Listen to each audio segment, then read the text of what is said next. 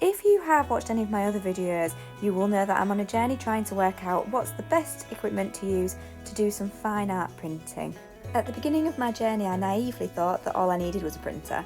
I am now at the stage where I've decided to get a Mac because my laptop was really slow and printing from my Apple iPad meant that I couldn't choose any ICC profiles for the best quality print. So I've just opened up the box and I have to follow these arrows and pull these bits forward. You're going to need quite a deep desk space to open this box. I've struggled a little bit.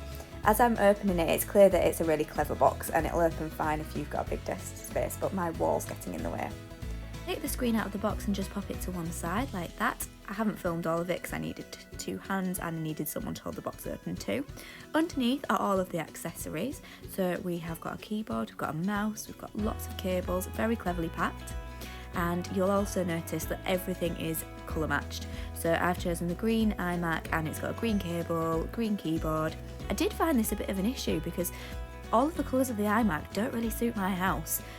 The back of this computer is a nicer colour, I think. So in this box we have got some Apple stickers, which I think come with all Apple products. They match the colour again, so we've got the dark green one and also the light green one. There we go. We've also got a tiny little instruction manual in here and some information about small print. I didn't really need this instruction manual.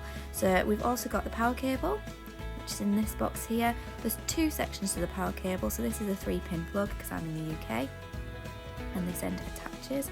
And then we've got the keyboard, which is really nicely packaged so it doesn't get scratched. It's really thin and lightweight, this keyboard. It looks very smart.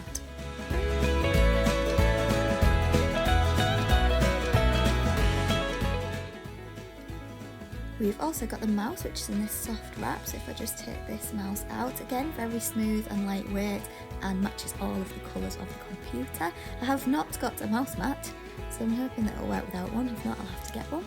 This is the charging cable for the mouse and the keyboard. I've not obviously tried charging it yet. I think they come already charged.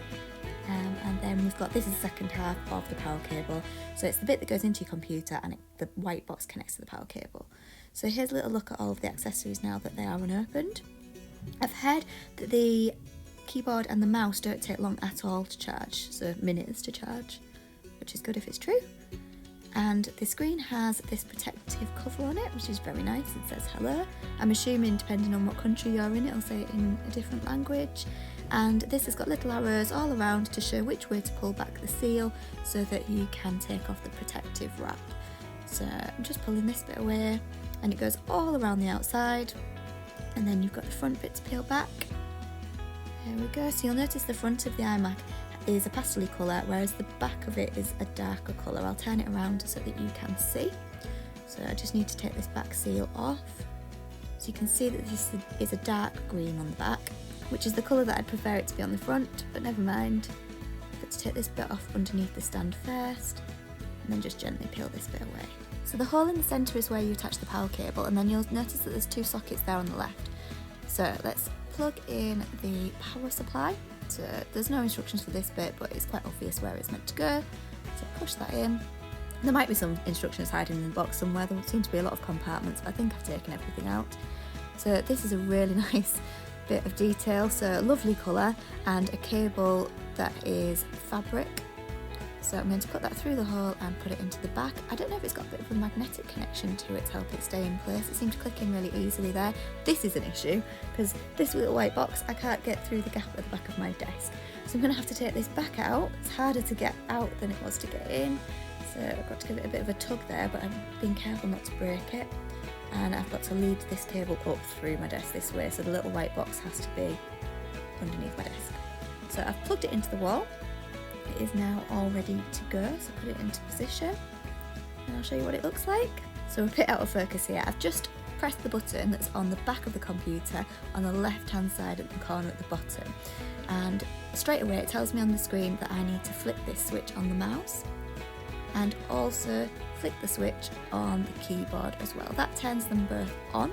I'm assuming that when they're not in use, if you turn them off, it holds it to charge a bit better, but I'm not sure. So that's both of them ready to go. And then you press the button with a little arrow on it and it starts asking you to choose your preferences. So things like your language and asking you to set up your Apple ID, and it's really straightforward. Thanks for joining. Please press subscribe to see more videos after this one.